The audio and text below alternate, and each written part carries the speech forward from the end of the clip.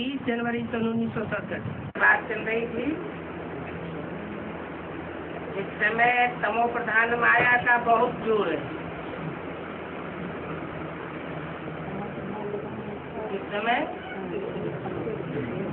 समय माने किस समय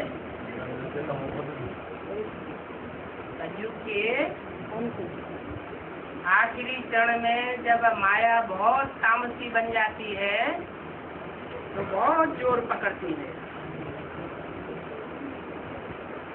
तुम ये बात जानते हो।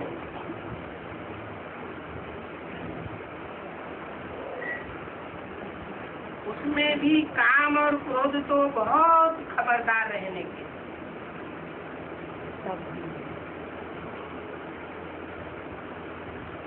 मनुष्यों ने जो गीता बनाई उसमें क्या बोल दिया? क्या बोला? हे अर्जुन, काम और क्रोध ये तेरे महाशत्रु हैं। ये बड़े भारी दुश्मन हैं। कभी ख्याल आता दे, क्या ख्याल आवे? उनसे बात करूं, इनको देखूं,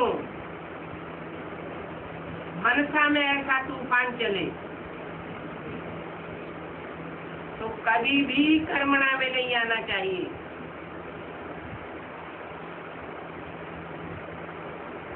माना कर्मेंद्रियों से कोई उलट पुलट काम कम नहीं कर बैठना चाहिए। आंखों से देखा ये कोई कर्मणा नहीं कहेंगे। ज्ञानेंद्रिय है।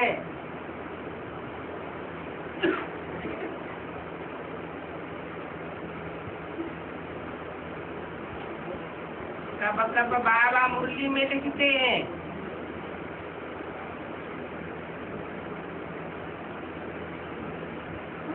मनसा वाचा कर्मणा पवित्र रहना।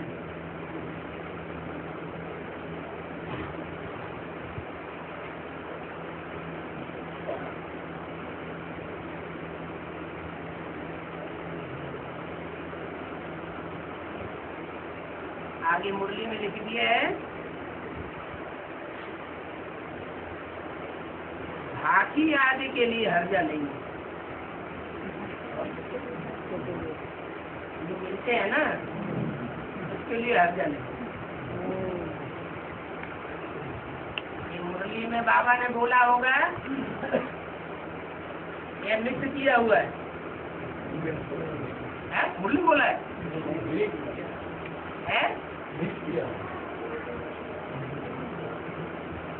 परंतु देखा जाता है इससे भी बहुत नुकसान कर देते हैं। कुछ अल्टरनेशन है।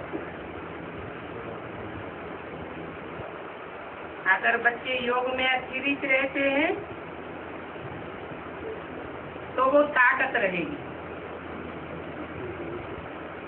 क्या ताकत रहेगी? सामान्य आदमी इस बात से क्या समझेगा?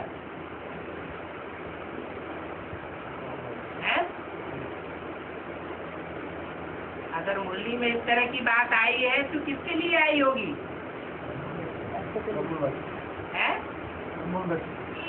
किसके लिए आई होगी? युगलों के लिए आई है।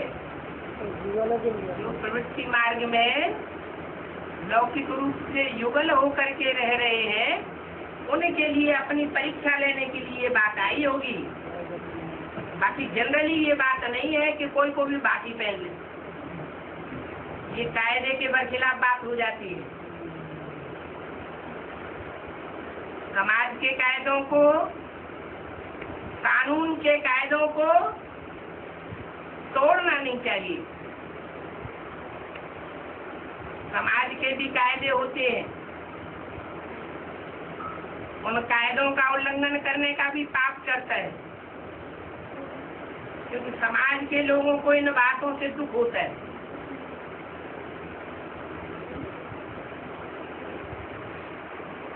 तो बाबा ने बोला योग में रहने वालों को ये तकलीफ नहीं होगी।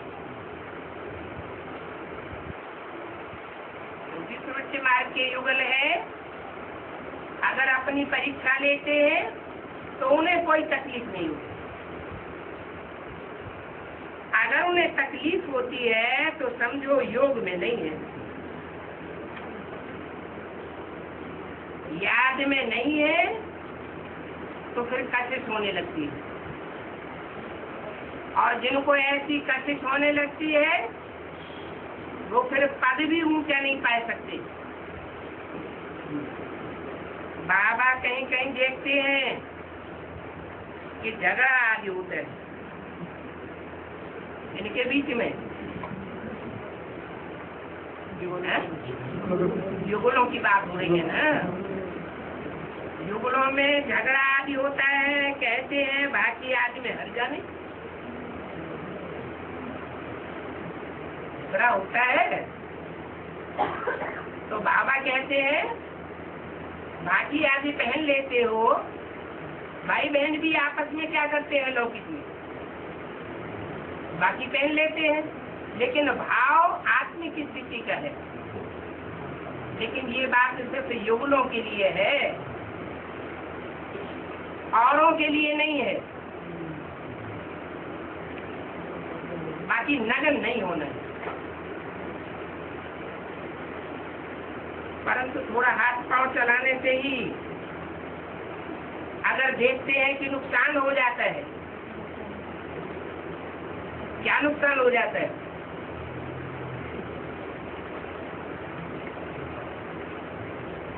मन में खींच होने लगती है, विकारी कर्म इंद्रियां तंग करती है, तो नुकसान हो जाता है, चार्ज हो जाएगा। योग में रहने से ये बीमारी कब नहीं आएगी, कोई नुकसान नहीं होगा। तो देखो योग ही नंबर 1 है, इसमें बहुत फेल होते हैं। क्या फेल हो जाते हैं? पतित बन पड़ते हैं, शक्ति धीर होने लगती है। खेल तो सब होते हैं, ऐसी कोई डिंग न मारे कि हम जब से ज्ञान में चले हैं तब से लेकर अब तक कभी भी पतित नहीं बने, शक्ति का पतन नहीं हुआ। पतित तो सब होते हैं, माया सबको पछाड़ खिलाती है, लेकिन ये योग बड़ी अच्छी संजीवनी बूटी है। जितना हो सके अगर बचते रहे तो अच्छा ही है। इस बात से है? बाकी आदि पहनने से बचे ही रहे तो ज्यादा अच्छा है। बाकी पहनने की भी दिल होती है, इससे क्या साबित होता है?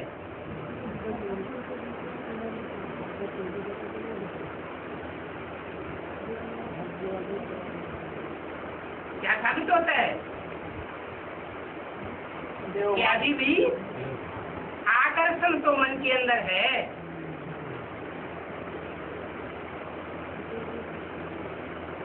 जन्म जन्मांतर का घाटा होता रहेगा। अभी बिल्कुल पवित्र बनना है, जरा भी ताव नहीं आना चाहिए, एक्साइटमेंट नहीं आना चाहिए। हल्का सहमी नशा भी अगर हो जाता है तो भी नुकसान होता है। जो भी बच्चे कुमार कुमारियां हैं उनको भी बहुत खबरदार रहना है।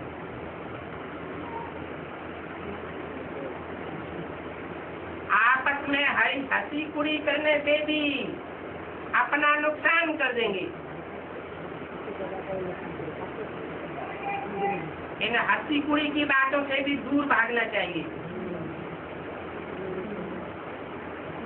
हंसी कुड़ी खेल पालाज भी आपस में नहीं करना है। ये काम और क्रोध बहुत खराब है।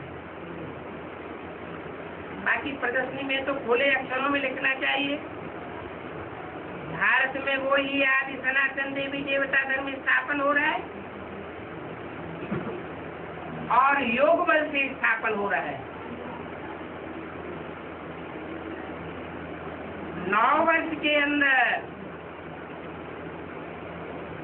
साइलेंस के बल से साइंस पर विजय होनी है। क्या बात है?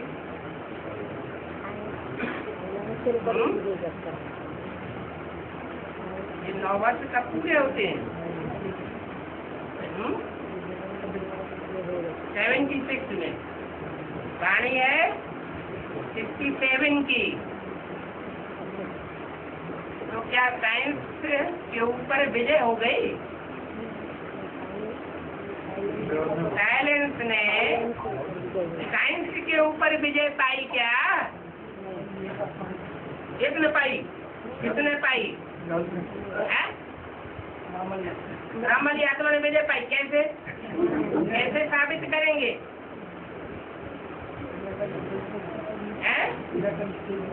निराकारी स्टेज का प्रूफ क्या? बुद्धिमान बाप के बच्चे बिना प्रूफ और प्रमाण के मानने के लिए तैयार नहीं होते। तो प्रूफ क्या है इस बात का?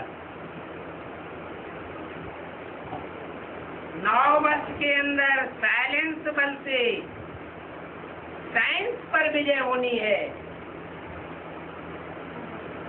जो साइंसदान लोग हैं उनकी चलन में और जो योग बल वाले शुद्ध भारतीय आत्माएं हैं, शुद्ध भारतवासी, उनकी चलन में क्या अंतर होता है?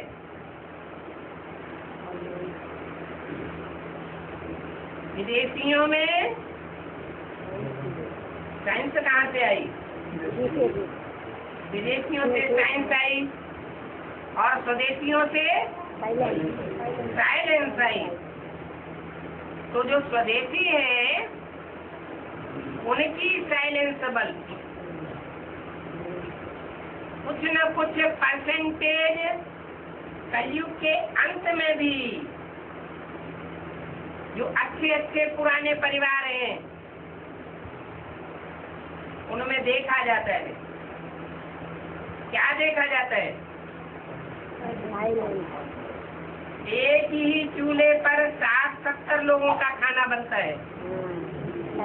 एक परिवार का एक ही मुखिया होता है।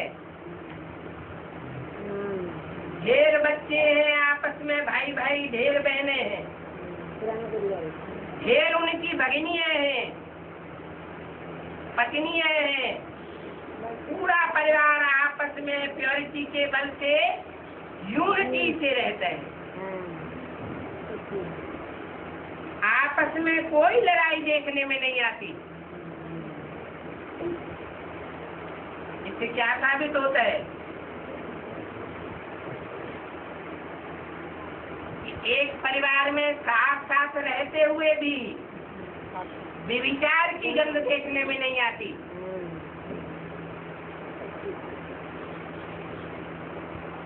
ये योग बल वालों की निशानी है। और योग कैसा सिखाया था भगवान ने? अनेकों के साथ योग करना सिखाया था क्या? और संग तोड़ एक संग तोड़। जो नई दुनिया स्थापन होगी उसमें राधा की दृष्टि सत्य में डूबेगी, सत्य की दृष्टि सिर्फ राधा में डूबेगी। ऐसी परंपरा का अनुमान करने वाले परिवार आज भी भारत वर्ष में मौजूद है। भले माया का कितना भी जोर हो गया,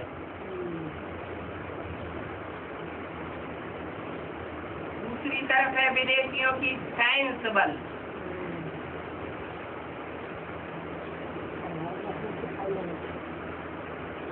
सहन शक्ति नाम की चीज नहीं रहती।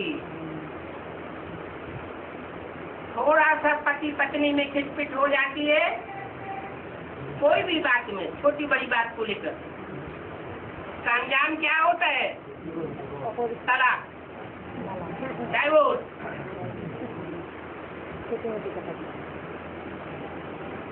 इंद्रियों में सहन करने की शक्ति नहीं है, भाव स्वभाव को सहन करने की शक्ति नहीं है, और ही उत्तेजना बढ़ाने वाली दवाइयां बनाते रहते हैं। जो भी एलोपैथी की दवाइयां हैं, उन दवाइयों को खाने से या तो कुंभकर्ण का आक्रमण होगा, या तो काम विकार का आक्रमण होगा, या तो क्रोध का एक्साइटमेंट आएगा।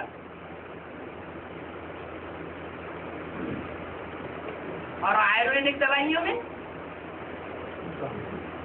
ये बातें नहीं होगी। भारत की सभ्यता में और इन विदेशियों की सभ्यता में जमीन आसमान का अंतर है। लेकिन सवाल ये है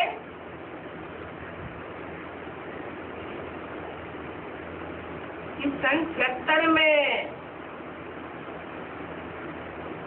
साइंस के ऊपर साइलेंस बल ने कैसे जीत पाई, इसका प्रूफ क्या है?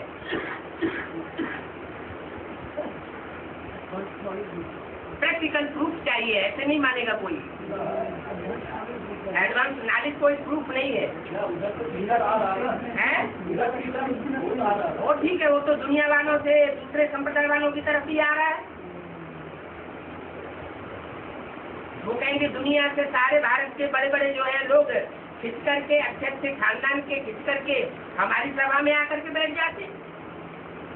ढेर के ढेर भगवान निकले हुए हैं कि वो हम कह के बैठे हुए हैं। ये कोई प्रूफ नहीं हुआ। प्रूफ ये हुआ, चार धर्म के जो बीज है, चार धर्म के जो बीज है, हाँ जी, वो एक जगह इकट्ठे हुआ, वो परिवार टूटना किया नहीं जी, वो परिवार तो इकट्ठा हुआ ही नहीं। जब तक नहीं हुआ था, नहीं हुआ। अब शुरुआत से ही लड़ाई झगड़ा मारा मारी। स्थापना के साथ साथ यज्ञ कुंड से विनाश ज्वाला भी प्रज्वलित हुई, बेसिक में भी प्रज्वलित हुई और एडवांस में भी प्रज्वलित हुई। कराची में जो स्वर्ग का सैंपल तैयार हुआ, वो तो 10 साल के बाद तैयार हुआ। ऐसे ही एडवांस में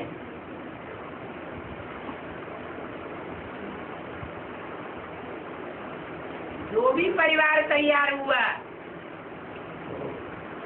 वो 10 साल के बाद तैयार हुआ होगा। लेकिन बात तो यहाँ सन 76 की चल रही है। 76 में कैसे माना जाए कि साइंस के ऊपर साइलेंस ने विजय प्राप्त कर ली?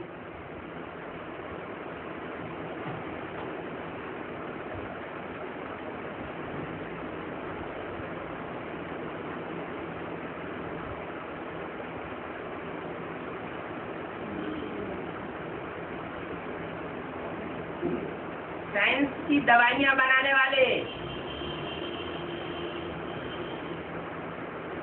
इस बात को नीची नजर से नहीं देखते हैं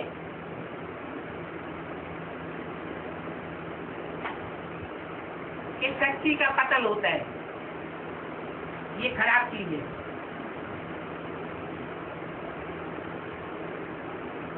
भारत का जो आयुर्वेदिक है वो ये बताता है, चाहे स्वप्नदोष में शक्ति क्षीण हो और चाहे कोई भी तरीके से शक्ति क्षीण हो, ये मानसिक दुर्बलता है।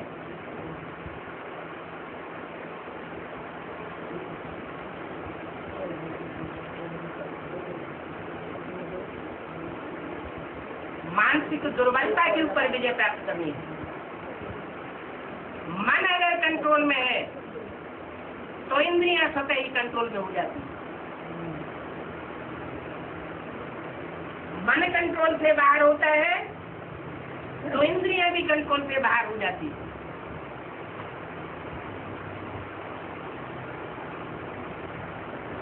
इसलिए एलोपैथी की जो भी दवाइयां हैं वो पहले मन को वशीभूत करती है। होम्योपैथी भी तो ऐसा ही है बाबा। तो योग बल का पहला प्रूफ 76 में क्या देखा जाए या देखा गया या अनुभव किया गया।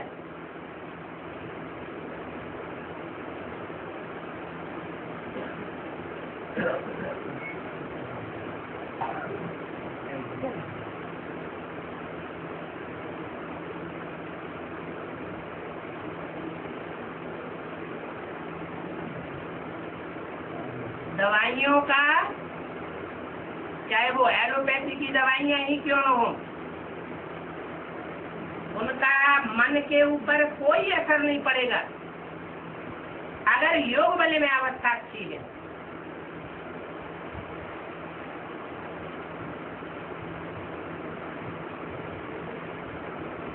फिजिशियंस जो है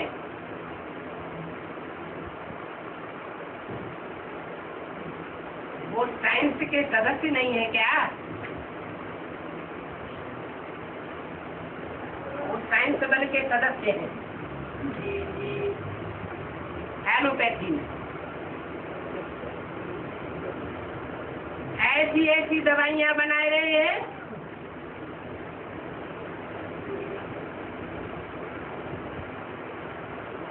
जो ज्यादा से ज्यादा उत्तेजना लाने वाली है।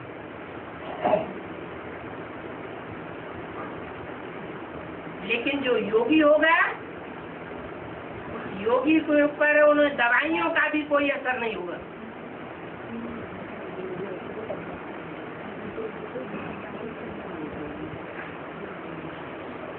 संसर्ग संपर्क में आते हुए भी वो अपने को कंट्रोल कर सकता है।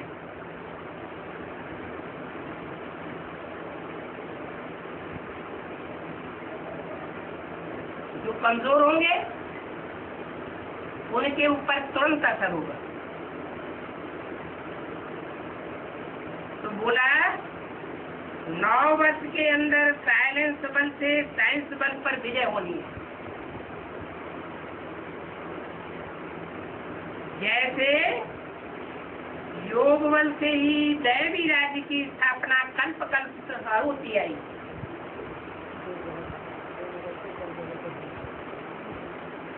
कल्प कल्प माना शूटिंग पीरियड में भी कल्प कल्प होता है। आदि का कल्प कब हुआ?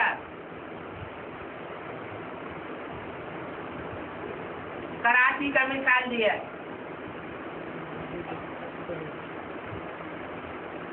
मुसलमानों के देश में रहना हुआ,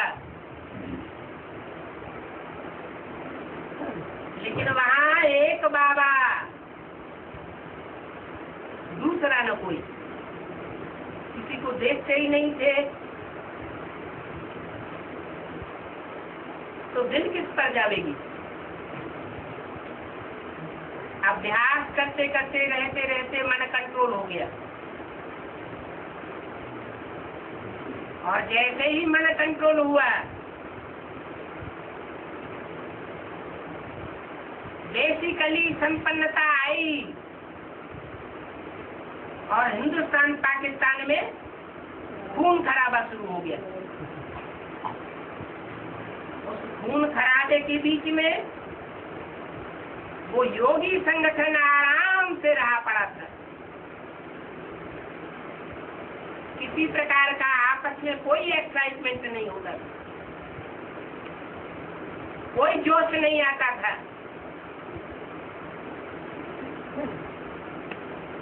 वो तो टेम्पल की बात थी।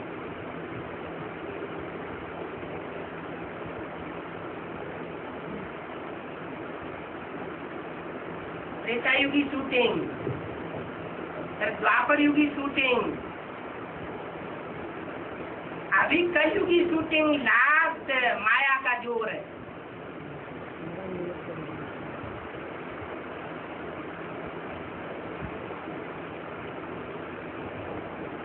तो लास्ट लड़ाई कहो, एग्जाम कहो, तो फाइनल पेपर में जो पास होंगे वो धर्मराज की सजाओं से छूट जाएंगे।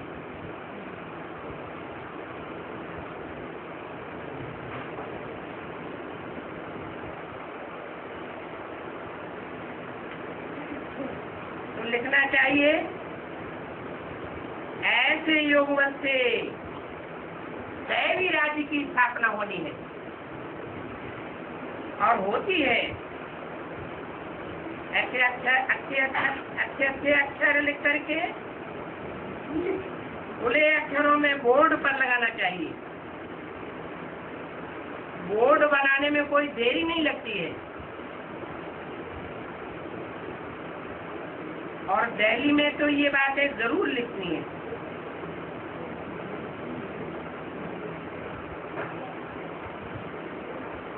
गीता ज्ञानदाता शिव भगवान वाद कल पहले मासिक योग बल से भारत में एक धर्म की स्थापना हो रही है।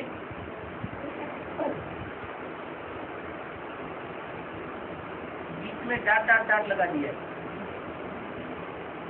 क्या छोड़ दिया होगा? हो रही है मैं क्या छोड़ दिया? और 10 साल की बात रिपीट की गई थी, और 2-3 बार डॉट लगा के छोड़ दिया। समझ में नहीं आता है तो छोड़ दिया। ऐसे ऐसे अक्षर लिखो जो खुश हो जाते। बाकी ये भी लिखो कि गांधी की मनोकामना पूरी हो रही है। ये बात लिखेंगे तो भी खुश हो जाएंगे। क्या मनोकामना थी गांधी जी की? राम राज्य। भारत में राम राज्य लावेंगे। क्यों? कृष्ण राज्य क्यों नहीं लावेंगे? हैं? क्योंकि कृष्ण तो उस राज्य में पैदा होने वाला बच्चा होता है। तो बात नहीं है। वो बच्चे को तो अपने बाप से राज्य मिलता है। वो राज्य की स्थापना करने का निमित्त वो बच्चा नहीं बनता है। वो तो बच्चे का जो बाप होता है वो राम वाली आत्मा होती है। राम के द्वारा ही राम राज्य आता है। तो लिखो कि गांधी की मनोकामना पूरी हो रही है।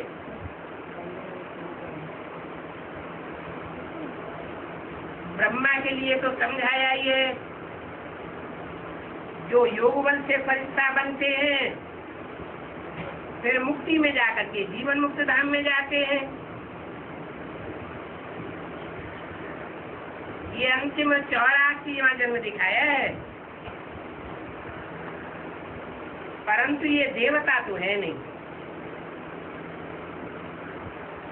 और ब्रह्मा, प्रजापिता ब्रह्मा एडाप्टेड होते हैं।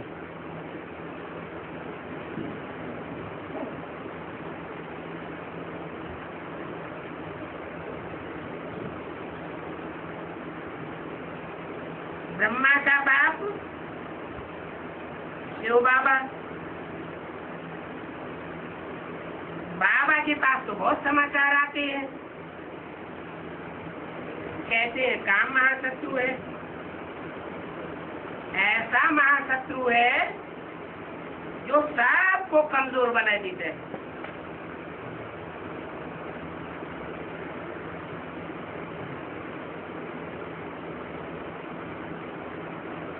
ये काम महाशत्रु ऐसा कमजोर बना देता है तो बाबा को भी समझाना पड़ता है कि खबरदार रहना, होशियार रहना।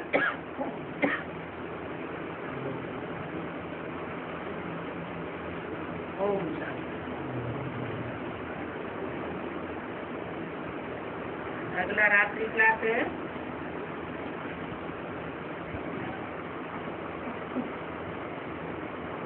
28 फरवरी सन 1967।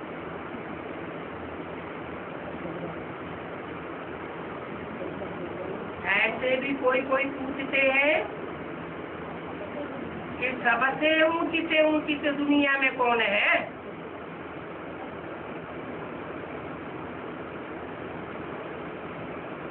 तो कह सकते हैं कि ऊंचे से ऊंचे भगवान है,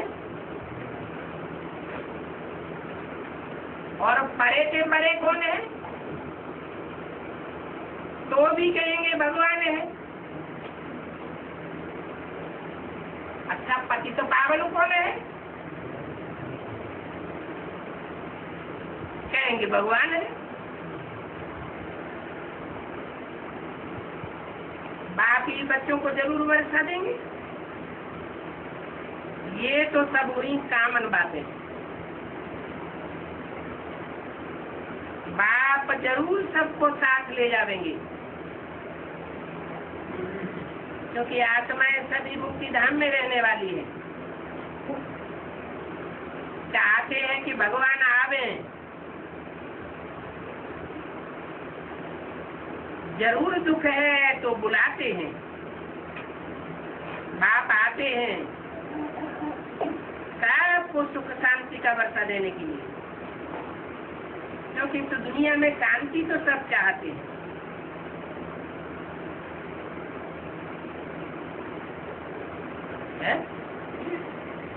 सुख नहीं चाहते सब,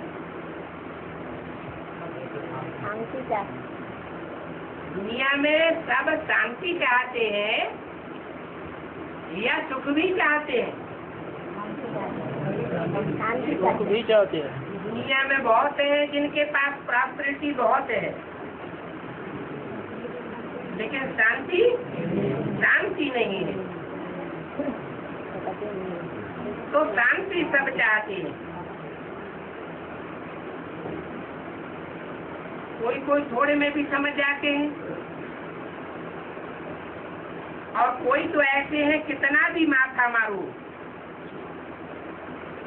समझते ही नहीं।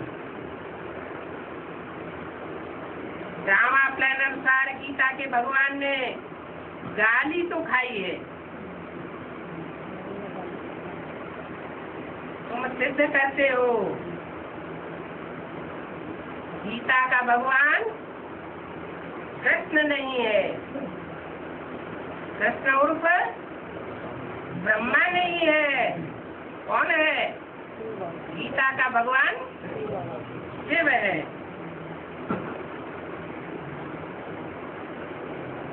तो सिद्ध तो करते हो।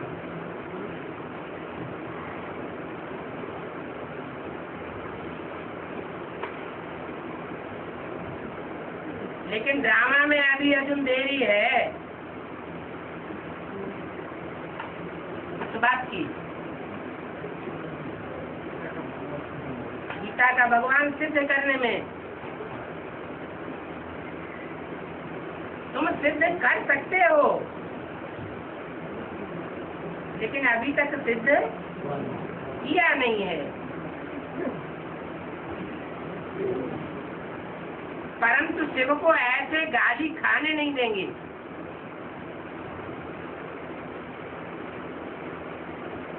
क्योंकि शिव बिंदी का नाम है। बिंदी कोई साकार चीज नहीं है, तो गाली साकार खाता है या निराकार ज्योति बिंदु खाता है? साकार गाली खाता है। साकार की ग्लानि होती है, साकार की महिमा होती है। तो बोला तुम सिद्ध कर सकते हो कृष्ण नहीं, शिव ही गीता का भगवान है। परंतु शिव को ऐसे गाली नहीं देंगे। गाली फिर भी ब्रह्मा को देते हैं।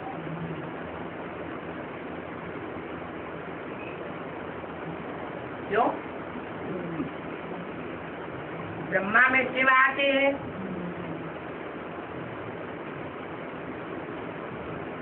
तो ब्रह्मा को गाली क्यों लगती है?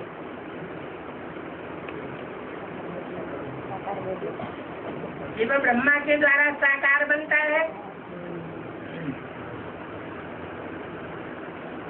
तो ब्रह्मा को ही गाली क्यों लगती है?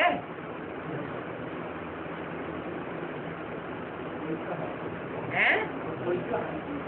नहीं, इसलिए गाली लगती है कि 2500 वर्ष ईश्वर सर्वव्यापी है का नारा लगता आया, गाली देते आए। और अभी ब्रह्मा की सोली, उसकी बुद्धि में ही ये बात नहीं बैठती है कि गीता का भगवान शिव है, साकार में है। गीता का भगवान कृष्ण नहीं है।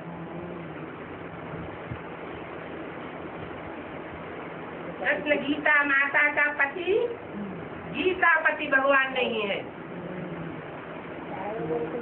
तो ब्रह्मा को गाली देते।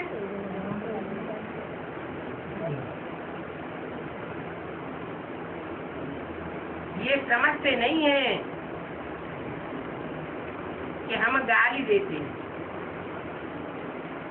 भगवान सर्वव्यापी जब कहते हैं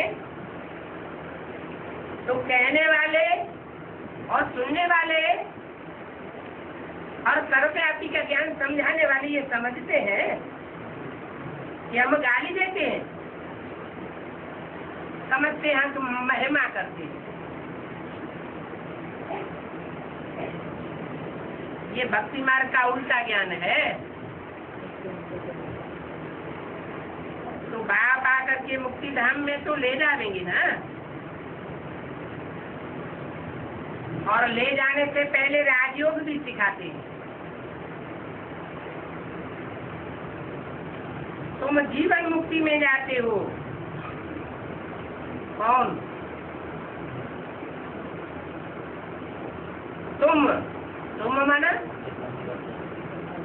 जो भगवान के सन्मुख बैठ करके सुनते हैं। कौन सा भगवान है?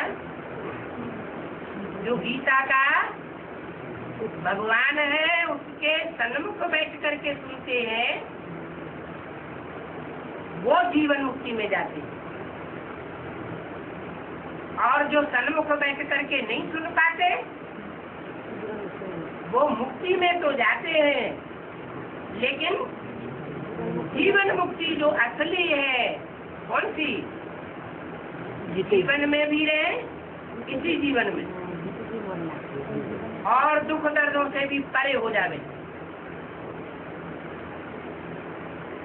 दुख की दुनिया को साफ कर जावे। ऐसी जीवन मुक्ति को तुम बच्चे पाते हो। कितने बच्चे हैं? ऐसे कितने बच्चे हैं जो असली जीवन मुक्ति को प्राप्त करते हैं? 4.5 लाख। 4.5 लाख। उस जीवन मुक्ति पाने वालों में ब्रह्मा जैसी सोल आती है या नहीं आती है? नहीं आती, नहीं आती। ब्रह्मा सरस्वती अथवा उनको फॉलो करने वाले अथवा उनको याद करने वाले उस स्टेज को प्राप्त नहीं होते हैं। क्यों नहीं होते हैं? अपना साकार शरीर नहीं, अपना साकार शरीर ही तो नहीं है। इस बात को मानते नहीं है।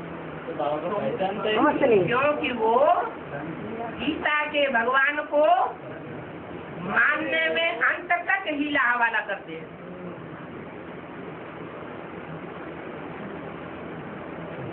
सर्वव्यापी का ज्ञान उनके मत्थे से उड़ता ही नहीं।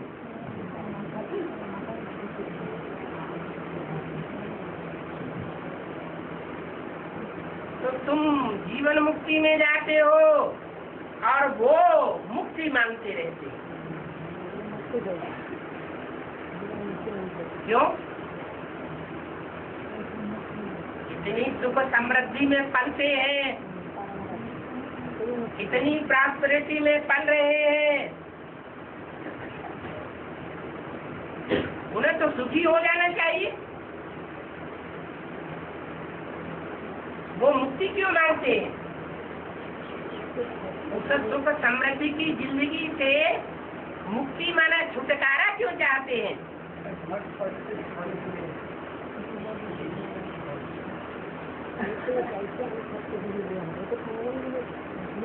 क्योंकि मन शांत नहीं रह पाता। मन के अंदर जो गुत्थियां हैं, उन गुत्थियों को ज्ञान से निरस्त नहीं कर पाते। और इसे ज्ञानानंद मुक्ति, द्वापर युग के आदि में जो मनीषी थे, उन्होंने जो शास्त्रों में लिखा वो शास्त्र सात्विक थे। उन शास्त्रों में जो सात्विक शास्त्र है वो है वेद, पुरानी भाषा है। उसमें ये वाक्य आया है, ऋते ज्ञानान्न मुक्ति, बिना ज्ञान के मुक्ति नहीं होती। ज्ञान माना जानकारी का एक ही जानकारी, एटम बम की, अंग्रेजी दवाइयों की नहीं, साइलेंस की जानकारी, साइलेंस की जो शिक्षा देने वाला है, योग बल की जो पढ़ाई पढ़ाने वाला है, उस उनके के उनके शिक्षक की जानकारी, उस बाप की जानकारी जो मुक्ति और जीवन मुक्ति का वर्षा देने वाला है।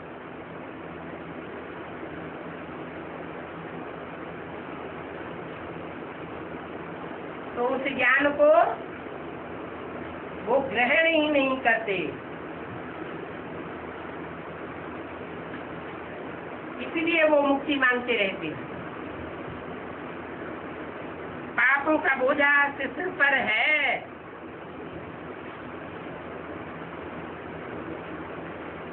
तो वो चुकतू करेंगे विनाश के टाइम पर और हिसाब किताब पूरा करके वापस चले जाएंगे।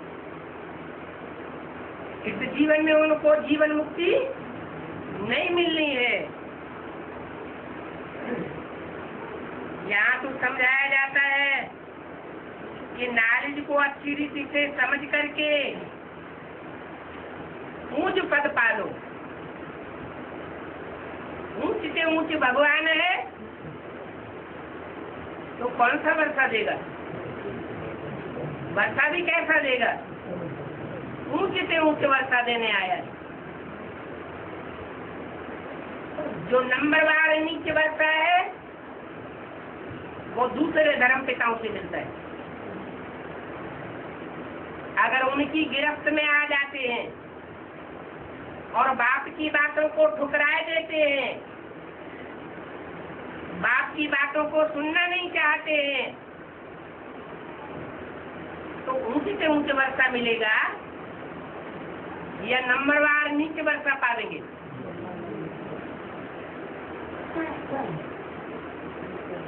उन नीचे वर्षा देने वालों में कौन कौन की गिनती हो जाती है? कौन कौन वो देहधारी धर्म पिताएं हैं जो ऊंचे से ऊंचे भगवान के वर्षे से बुद्धि को हिलाए देते हैं, पाने नहीं देते? कौन कौन है? ब्रह्मा से शुरू करके कभी और कलयुग के अंत तक जो भी धर्म पिताएं हैं वो सब उस लिस्ट में आ जाते। सतयुग के आदि से लेकर के जो भी नारायण हैं वो सब उस लिस्ट में आ जाते हैं। वो ऊंचे वर्षा प्राप्त करने नहीं देते और स्वयं भी नहीं कर पाते, अहंकार के कारण।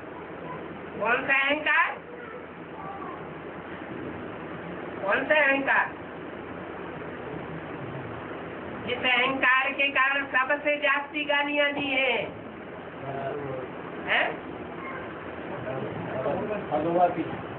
सर्वव्यापी का ज्ञान, वो मैं गीता का भगवान हूँ।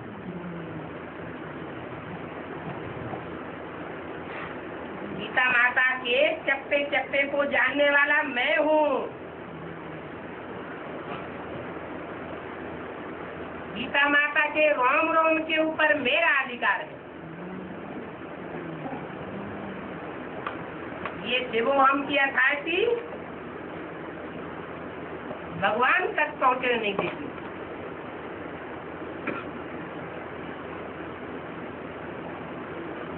तो ये सब विनाश काल में हिसाब किताब चुप्पू करके चले जाएंगे। आगे चल करके बच्चों को देखना है,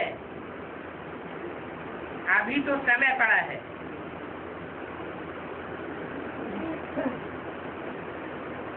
नॉलेज तो सबको मिलनी ही चाहिए ना,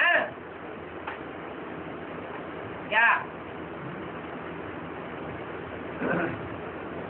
जो सच्चाई की नॉलेज है, सत्य बात आया हुआ है, वो सत्य बात की पहचान सबको मिलनी चाहिए या नहीं मिलनी चाहिए?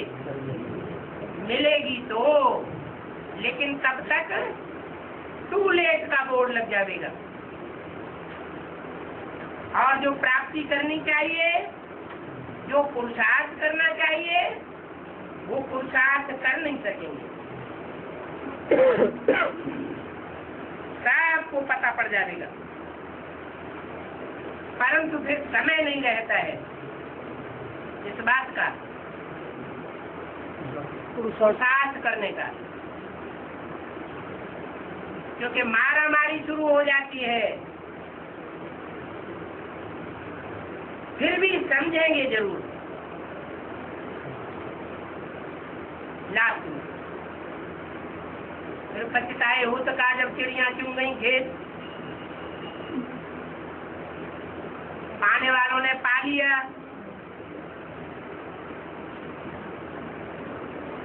और वो देखते रह गए।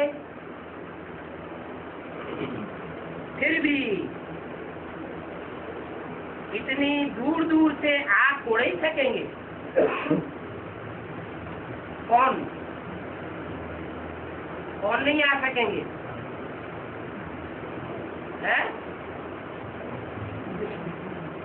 अरे ये विदेशी विधर्मी जो विपरीत धारणाएं फैलाने वाले हैं, भगवान जो आकर के धारणा सिखाता है, अपनी मन मत मिक्स करके, मनुष्य मत मिक्स करके विरोधी धर्म स्थापन कर देते हैं मनुष्यों की बुद्धि में। ऐसे सद्गुरु निंदक और नहीं पावेंगे। जब विनाश कयामत बरपा होगी तो आबू अब्बा के घर तक पहुंच नहीं सकेंगे,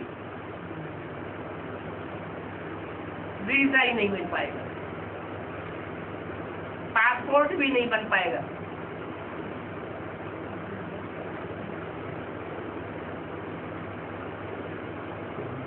अभी तो किराया भी बहुत कम है एरोप्लेन का,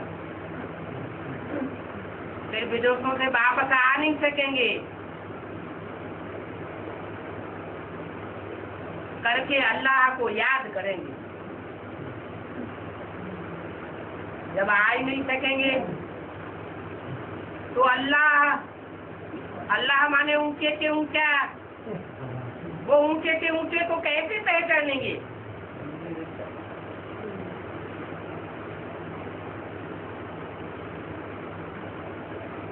क्योंकि विनाश के टाइम में भी जो इंफॉर्मेशन टेक्नोलॉजी है वो तो अंत तक बढ़ती रहेगी, ताकि सबको ये ईश्वरीय नॉलेज मिल जावे, सब जान जाएंगे कि अल्लाह मियाँ आया हुआ है, कहाँ आया हुआ है, किस रूप में आया हुआ है, सब जान जाएंगे।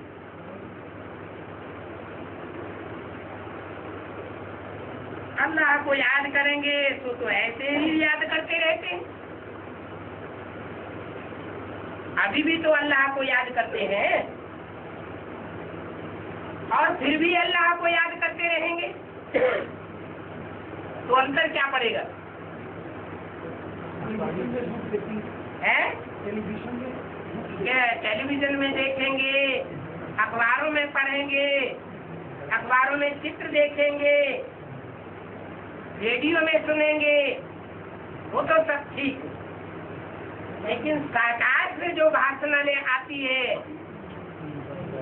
वो इन जड़त्व से प्राप्ति हो सकेगी? नहीं हो सकेगी, वो प्राप्ति नहीं हो सकेगी। सन्मुख मुरली सुनने का, सन्मुख रह करके तुम संग खाऊं, तुम संग बैठूं, तुम संग श्वासों श्वास साथ निभाऊं, वो अनुभूति कर सकेंगे क्या? नहीं कर सकेंगे।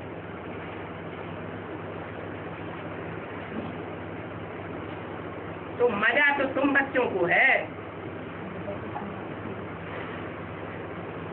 इसलिए तुम बच्चे कहते हो भगवानवाद। क्या उनके शास्त्रों में नहीं लिखा हुआ है क्या? भगवानवाद। लेकिन तुम्हारा जो शास्त्र है सर्वशास्त्र शिरोमणि भगवत गीता, उसमें लिखा हुआ है, भक्ति मार्ग में भी यादगार है, शिव भगवानवाद। लेकिन गलती से क्या कर दिया है? शिव भगवानवाद की जगह क्या कर दिया है? ये द्वापर युग के आज से ही नहीं कर दिया है। द्वापर के आज में फिर भी शास्त्रों में सच्चाई थी। गीता का भगवान निराकार था, बाद में जो साकार प्रेमी है उन्होंने वो हटा दिया, तो बात को गुम कर दिया और कृष्ण का नाम आगे ठोक दिया।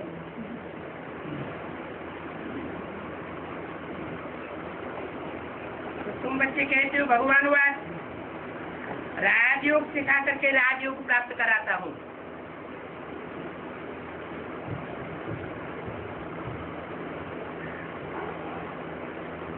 तुम बच्चे रिजल्ट तो देखते ही हो ना। तुम्हारे सामने एम ऑब्जेक्ट खड़ी हुई है, क्या एम ऑब्जेक्ट है?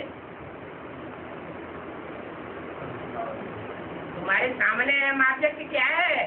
लक्ष्मी नारायण है? लक्ष्मी नारायण, नारायण नारायण जैसा बनना है और नारी से लक्ष्मी जैसा बनना है। इसलिए मुरली में बताया दिया है लक्ष्मी नारायण के फीचर्स कभी चेंज नहीं करने चाहिए। ब्राह्मणों की दुनिया में जो दूसरे धर्मों में कन्वर्ट होने वाले ब्राह्मण होंगे वो जरूर लक्ष्मी नारायण के फीचर्स चेंज कर देंगे, और किए हैं। वो क्यों चेंज कर देते हैं?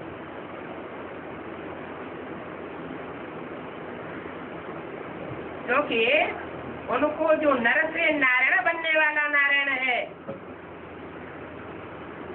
उसकी प्रैक्टिकल उनको प्राप्ति नहीं होती है। तो तुम बच्चे रिजल्ट देखते हो, एम ऑब्जेक्ट तुम्हारे सामने है, बाकी मतांतर तो बहुत है। उन मतांतर फैलाने वालों का भी दोष नहीं है, है? क्या उनका दोष नहीं है? नहीं दोष है तो फिर उनको जीवन मुक्ति मिलनी चाहिए। हमारे जैसी जीवन मुक्ति उनको क्यों नहीं मिलती? दोष नहीं है क्योंकि ड्रामा में नूत है,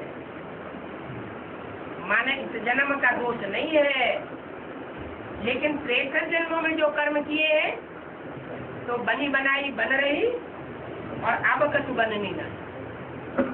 कोई नई शूटिंग नहीं हो रही है, ये बना बनाया नाटक है। हम समझते हैं ये तो सब ड्रामा के 500 करोड़ एक्टर्स हैं। निंदा तो हम कोई की कर ही नहीं सकते। क्या जब एक्टर्स हैं तो एक्टर्स में कोई विलियन का पार्ट बजाता है, कोई हीरो का पार्ट बजाता है, तो नाटक के पाठधारियों को दोष देंगे क्या? नाटक की तो जरूर महिमा करनी चाहिए। क्या जो भी नाटक है उसमें महिमा करनी चाहिए। अपना ही तो नाटक है। ये नाटक, इस नाटक में सबसे जास्ती फायदा किसका होता है? सबसे जास्ती फायदा तो होता है जो भगवान से सन्मुख पढ़ाई पढ़ते हैं। 4.5 लाख की लिस्ट में आते हैं,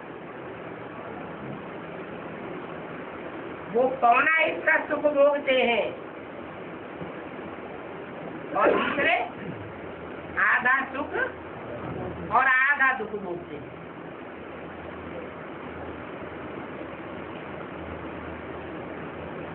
तो कोई भी एक्टर नाटक को खराब थोड़ी मानेंगे। हम तो इसको देख करके खुश होते हैं, हम निंदा नहीं कर सकते। परंतु माया की जेल से छुड़ाने के लिए ये समझ आते हैं और बाप के बिना इस माया की जेल से कोई छुड़ा भी नहीं सकता। रावण राज्य से बाप ही छुड़ा देंगे और कोई नहीं छुड़ा सकता।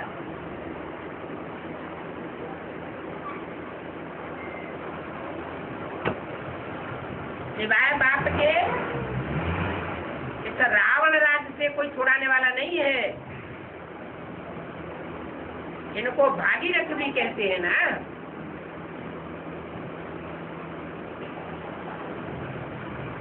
क्या कहते हैं? भागीरथ। भागीरथ है। साथ क्या बताया? भाग्यशाली रथ। भाग्यशाली रथ। भाग्यशाली रथ क्यों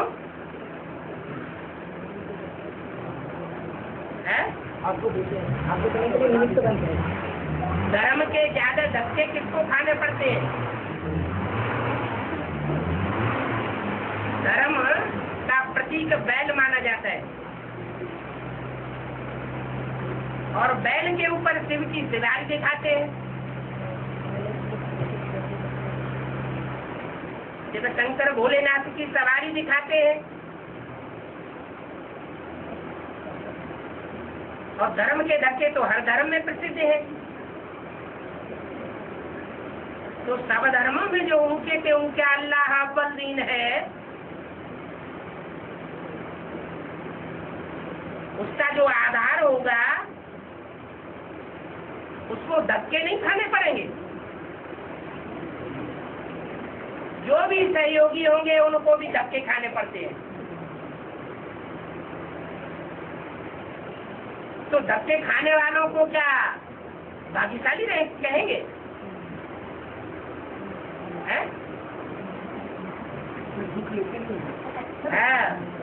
वो धर्म के धक्के स्वेच्छा से खाते हैं।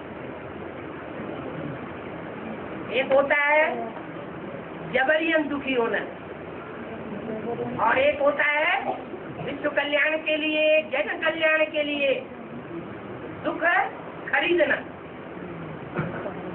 उसमें आत्मिक तुष्टि मुक्ति मिलती है। ऐसा दुख सहन करना बाप सिखाते हैं।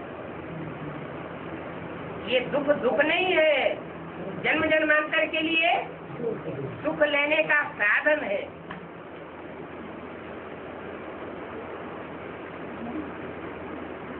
और एक जन्म में भी गारंटी देते हैं कि मन का प्रसन्न रहेगी। तो मन के हारे हार और मन के जीते जीत।